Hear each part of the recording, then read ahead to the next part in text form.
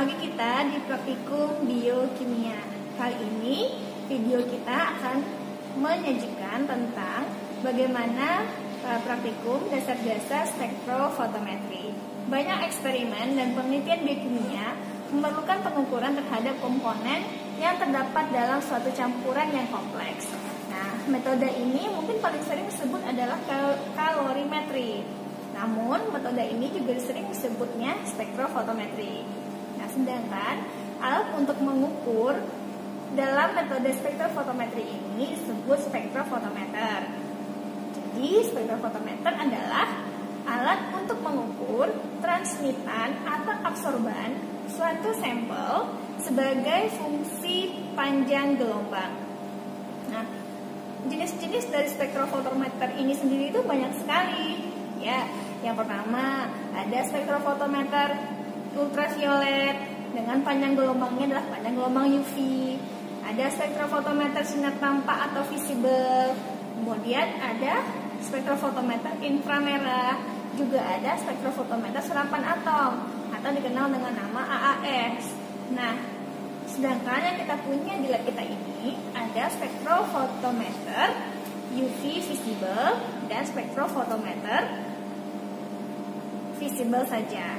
Nah, yang akan kita gunakan dalam praktikum ini adalah spektrofotometer UV.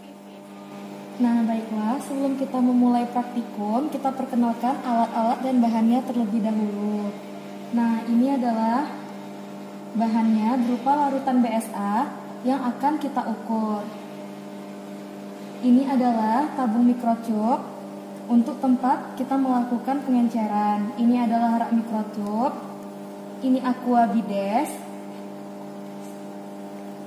Ini adalah tips, mikropipet, rak tips, dan juga kuvet. Nah, yang ini adalah namanya kuvet kaca, dan yang ini kuvet silika.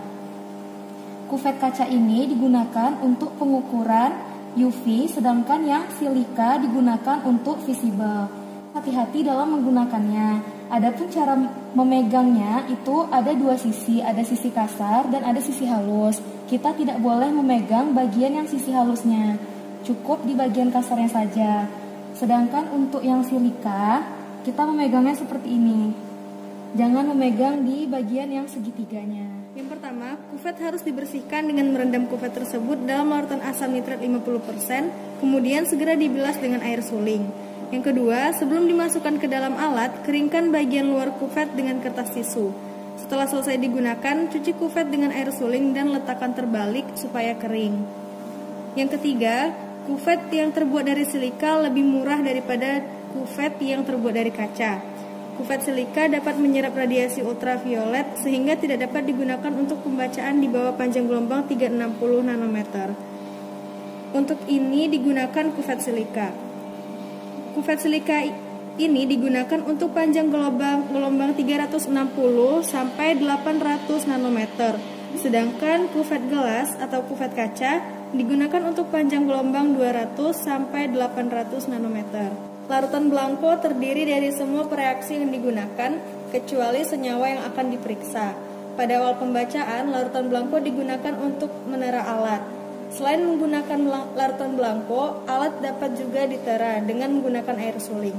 Bila menggunakan air suling, nilai serapan senyawa yang diperiksa harus dikurangi dengan nilai serapan larutan blanko.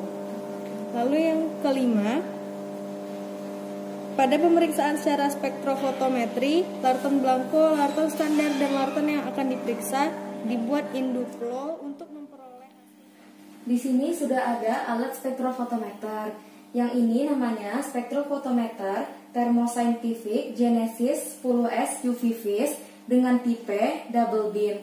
Sedangkan yang sebelahnya ini adalah spektrofotometer visible thermoscientific Genesis 20. Kalau yang double beam ini, tempat kedudukan kuvetnya itu ada banyak, lebih dari satu. Itulah kenapa dinamakan double beam. Nah, sedangkan yang spektrofotometer visible single beam itu hanya ada satu tempat peletakan kuvet.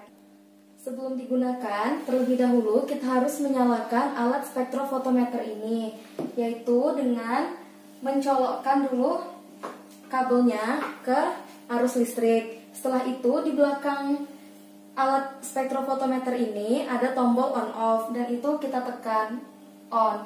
Nah, sebelum digunakan sebaiknya kita panaskan dulu selama 30 menit agar spektrofotometernya stabil.